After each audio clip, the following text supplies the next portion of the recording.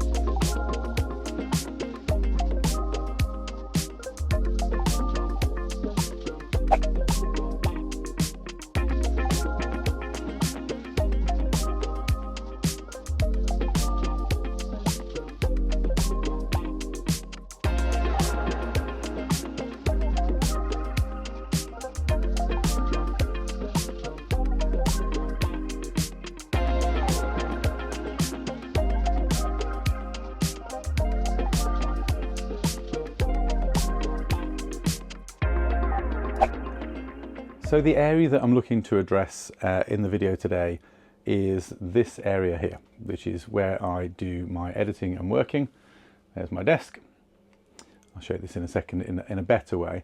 But basically, previously, for those who've seen the videos, big old solid snake here, life-size solid snake, used to live here in this corner, which was great. You know, I like having him there. A couple of issues though with that. One, his crotch, which is quite pronounced for those who saw the video. If you haven't seen it, it was like a year or so ago now when I picked him up and shipped him in from Germany. He's got quite a pronounced crotch, and he was stood here, kind of in this space, and that really sat too close to me when I'm on work calls. So his crotch, even with the blurred background, for some reason would pop in and out of video calls. Pretty embarrassing. I get questions about what was that, and then I'd have to explain not only have I got a life-size video game character in my home office, but yes, that is his rather large bulge. So you can imagine that was quite difficult. So I wanted to move him first of all, and then I wanted to try and do something to not completely obscure the back of these cabinets, because they don't look that horrendous, but this space just felt like something we could do more with. So what we're going to do, and what I'm heading off to IKEA shortly to do, this is being filmed slightly backwards in terms of order, is to get a half-size billy and a quarter-size billy, I guess, half up, half width, to go in that space. And then what I'm hoping to do is to use the kind of surface, top-level surface then for displaying different things that are somewhat larger than a lot of my shelves can cope with. And then I haven't quite decided what's going to go on the shelves yet, and to be perfectly honest, I'm just going to be creating capacity so that as my Edge collection grows, so for those who know about the Edge collection, you'll know that that's something that I'm working on. and we'll be able to basically store those. So it might be that they end up being the edge overflow, it might be that we move DVDs onto it, more games onto it. Haven't quite decided yet, but what we're trying to do really at the moment is just deal with the layout first, and then it gives me a chance to sort of tidy some bits up. I've got a few things that I've got to resolve now. So the fire station's now on top of the wrestlers, which I don't mind. Again, I might choose to move that, not quite sure, but it has meant that my championship belt, which is now kind of currently sitting down there on the floor, needs a new home. So that's something that I want to sort out. So as I said, I'm not quite sure where I've inserted this in the edit. I've either been to IKEA and come back and I'm explaining this now, or I've put it in before I've gone to IKEA, but I'm hopping off to go and get the two billies now. I'll get them built and then we'll have a look at how we can start to utilise the space. So that's the plan. Okay, so I am back from IKEA. I've got my half a billy and my half a half, or a quarter, as my wife rightly pointed out.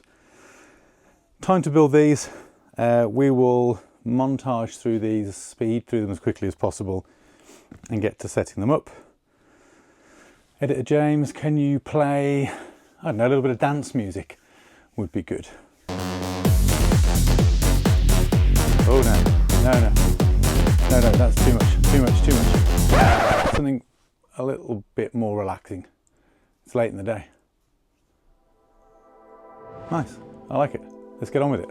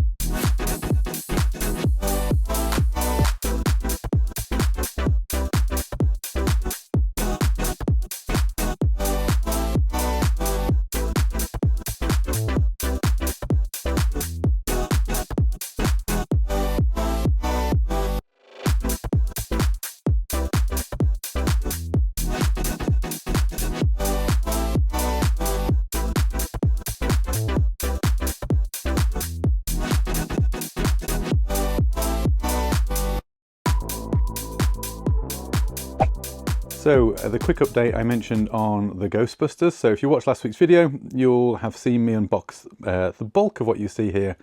The station, the Ecto-1 and a number of the ghosts. You'll notice now that I have in fact added the Ghostbusters themselves. So I managed to pick up for a fairly decent price the original set of Ghostbusters figures and proton packs, which you can see how fragile these plastic wands are. So to get all four of those in good condition was great. I also mentioned on last week's video that one of the things that had annoyed me a little bit was that the seller had not included the containment unit, which is a kind of a red unit that comes with the system. They had in fact noticed this already. I messaged them and it was already on the way, and literally the same day that I had filmed and done all the video, it did turn up. Currently it's tucked up here. So there's the containment unit along with a whole load of the ghosts. I haven't got room to display it inside the station. There's just too many things going on. So despite the fact that it didn't come with it, I have now got it. The set is complete. So yeah, if you haven't watched that video though, go back and have a look and you'll see more of this in more detail. But there you go, my display of the Ghostbusters is complete. And there you go, they're in, they fit as I expected they would. I did do the maths beforehand. I've adjusted everything ever so slightly. I have just put a couple of things on there for now to play around with. So I've got my Marvel Spider-Man 2 Venom statue, which I love, which I haven't been able to display properly for a long time. Pop the Virtual Boy over there. I did have a move around. I've moved Master Chief from the back of here where he was obscured to over there where he can at least still be seen a little bit. And I've also brought my Back to the Future sign forward just to try and obscure some of that rubbishy chipboard. I'm leaving the shelves empty for now. I don't quite know what I'm going to do with them. The main aim here was to kind of optimize the space. I saw an opportunity and I took it. I like where Solid Snake is now. I think he fits well. I do think I'm going to probably regret obscuring him quite as much as I have. I mean, I can see the most important bit, and due to the way that my monitor light works, it also illuminates him quite nicely. It's quite cool having him stand over my desk. So actually probably from a day-to-day working point of view, I'll probably enjoy that more. But obviously I can't see a huge amount of the rest of him. But again, it is what it is at the moment in terms of the space in here. I am probably going to have a think about some of the storage space that's behind my monitor. Some of the things that are on display there, and maybe consider bringing those onto here in some way, shape or form. As I said, it might be that this is where the Edge magazines live. It might be that we move DVDs onto here as I continue to expand my DVD collection. Maybe even games will spill over here, who knows.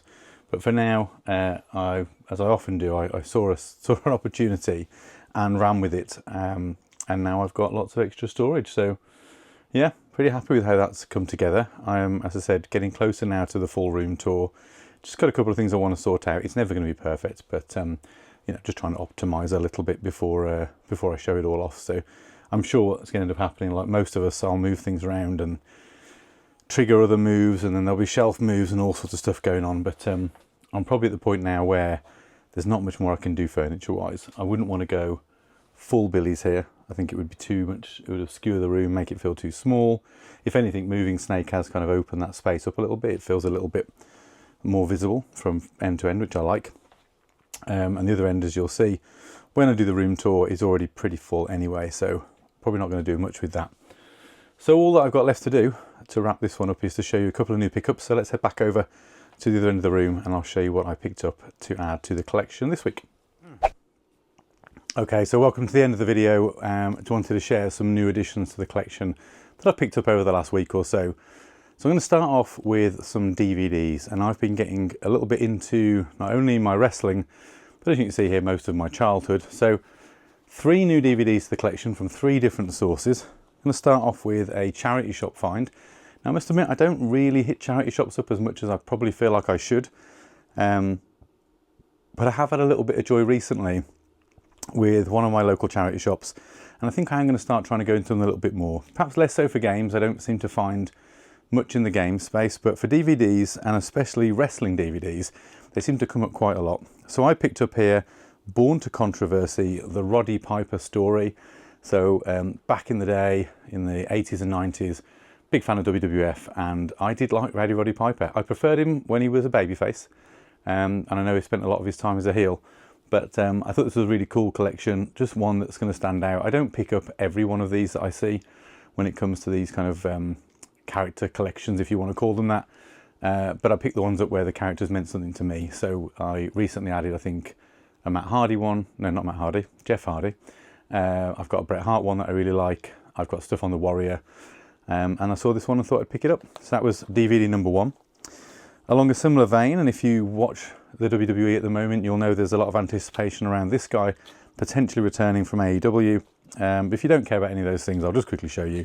It is breaking the code behind the walls of Chris Jericho. So again, similar principle here. It's a kind of a collection of different matches, as well as a number of the things that that he does in and around the ring. So both the Roddy Piper one and this one contain kind of a documentary in its own right, as well as footage and matches as well. So another good fun one. Big fan of Chris Jericho back in the day, Y2J, back in the Attitude Era. And that was from CEX. Both of those were £5 each, which I thought was pretty reasonable. There were some DVDs, old wrestling anthologies of Rumbles and all sorts of stuff that were carrying like £30–40 price tags at CEX, and I'm not that bothered. I'm not collecting these for any particular reason other than they're things that I like, and they're good fun to stick on in the background when I'm doing things in the room. So I'm not paying £30 for the privilege of something I can get on Netflix. And then speaking of Netflix, I have been getting into Pokemon again recently. Well, I've never really left it, to be honest, but more so since they brought it to the Switch, and my son's getting really big into it. As you're watching this, it'll be Mother's Day. Happy Mother's Day to all the mothers out there. My wife is also getting Pokemon Pokopia for Switch 2, but she doesn't know. Hopefully she'll like it. But anyway, I was keen to see how Ash's story finished. So growing up, I watched the cartoons, I watched Ash. That was, that's my Pokemon story. And I know that they finished that fairly recently, and I think ultimately, spoiler alert, Ash goes on to win some sort of championship at the end. But I wanted to pick that up, and I found this on eBay. It's Pokemon Ultimate Journeys, the series, which is the final season where he actually goes on to finish his story, and it also includes episodes 43 to 54, Pokemon to be a Pokemon Master, which I think wasn't as well received from what I read, but it's effectively Ash going on a bit of a journey of kind of self-discovery. Now he's become a champion, he goes back over old ground and kind of sees old friends. Sounds like it might be interesting, but I bought this to watch with my son. I think he'll really like it. It's supposed to be region free, according to the eBay listing. It is not. It's NTSC, it's region 1, which means it doesn't work on all of my DVD players, but I do have at least one DVD player in the house that plays region 1 DVDs, so no problem, we can watch it. And I put it on my small 14-inch old school TV earlier, and it looks amazing. Like the colours, it's so crisp. The good old days. So those are my DVD pickups. And then a couple of games to add to the collection. So I'll start with a PS2 pickup. This one is in excellent condition. And I used to play this one back in the day. In fact, there's very few of this series I've played. Let me just tell you what it is first. It is Need for Speed Most Wanted. Now, I played this one cover to cover with a friend of mine back in the day. I remember it vividly and was very fond of it. What I can't remember is if I played it on PS2 or Xbox 360. So if you're watching this, Carl, let me know down below, or text me, probably better. Which did we play? I think it was PS2, and then I do believe I own the 360 version, but I think we played the bulk of the game on PS2. But anyway, the reason I picked this up, I was in CEX. I think it cost me about £10. It's in really nice condition, almost new. And although I would have preferred the 360 version from a replayability point of view today, in terms of modern compatibility and comforts and quality, for some reason, Need for Speed Most Wanted on the 360 is incredibly expensive. This version, there's two Most Wanteds to confuse things. But this one, it goes for like in excess of 50, 60, 70 pounds, and I'm not paying that. This was a tenner, £10 on PS2, and I think that's a much better deal. If you can explain to me in the comments, why is the Xbox 360 one so incredibly expensive? Is it scarcity? Because this game was already well and truly out by the time the 360 came out, and it was ported, so did they just not make many of them? Is it a fan favourite? I mean, it is good, but I don't know. I'm not a Need for Speed fan, traditionally speaking, so beyond this title, I've never really spent much time with the series, but very happy to add that one. And then my biggest one, and probably the biggest addition I've made to the collection in a while in terms of overall value, is a game and its strategy guide. So we'll start with the game first, and that is on the Nintendo 64, my second boxed title, for those who saw my video a little while ago. It's The Legend of Zelda Majora's Mask. Now, I never played this game back in the day. I had Ocarina of Time, of course, played that one and completed it. But this one passed me by. I don't even remember it coming out, frankly. I'm sure it had lots of fanfare, but for whatever reason, I'd either moved on to other things. I can't remember if this was kind of towards the end of the N64 or not. Again, let me know down in the comments. I probably could have researched that. But anyway, I picked this up because I wanted to play it on the analog 3D and ideally do a bit of streaming with it. And I thought, when looking for games that I could play and enjoy that I didn't already own on the N64 that I could buy boxed, that would be a new experience for me, there really aren't that many that are worth buying. And this is, of course, one of them. So I picked up the game in box, which I think cost me just under £100. And then I also picked up, it's all complete, by the way, everything's in there. I also picked up the Brady Games, just checking the manufacturer, official strategy guide. This one hasn't got the map, not the map, the poster, which I don't care about, but seemed to add a fair chunk to its price on eBay. I think I got this one for about £30, so not too bad. It's in pretty good condition, and I really wanted it because I've got a lot of the other Zelda strategy guides for the games that I care about, and I thought this would be particularly useful if I do decide to actually sit down and play Majora's Mask, because I find with most of these Zelda games I get a bit frustrated when I'm just walking around in circles not knowing what to do. This will solve that. So those are my new additions. Not a huge number this time, but I think in terms of games, 2 really quality titles. I hope you like what we're doing with the room. I hope you enjoyed my Billy bookcase time-lapse. Sorry, I know it's not the most exciting thing on YouTube, but I think people are enjoying the journey of watching the room evolve, and I hope you are too. That's it for this video. As always, do all the things that YouTube likes you to do. If you wouldn't mind, like, subscribe, all that good stuff. It does help me grow the channel. I seem to be stuck at this kind of 4 to 5 subscriber number. It goes down a couple, it goes back up a couple, but I cannot seem to push or break through that. So if you're a regular watcher or you enjoy my content, please do subscribe. It does help the channel grow. Get involved in the comments down below. What do you make of the room so far? What would you do differently? And what do you think of my pickups? I'd love to know your thoughts on some of those. Have you played Majora's Mask? Am I in for a treat, or is it going to frustrate the hell out of me? I don't know. Let me know. And yeah, I think that's it really for this video. Like I said, I really do appreciate your support. I hope you enjoyed this kind of quick room update video. Happy Mother's Day to all the mothers if you are watching this on Mother's Day. And I'll see you in the next video. Thanks a lot.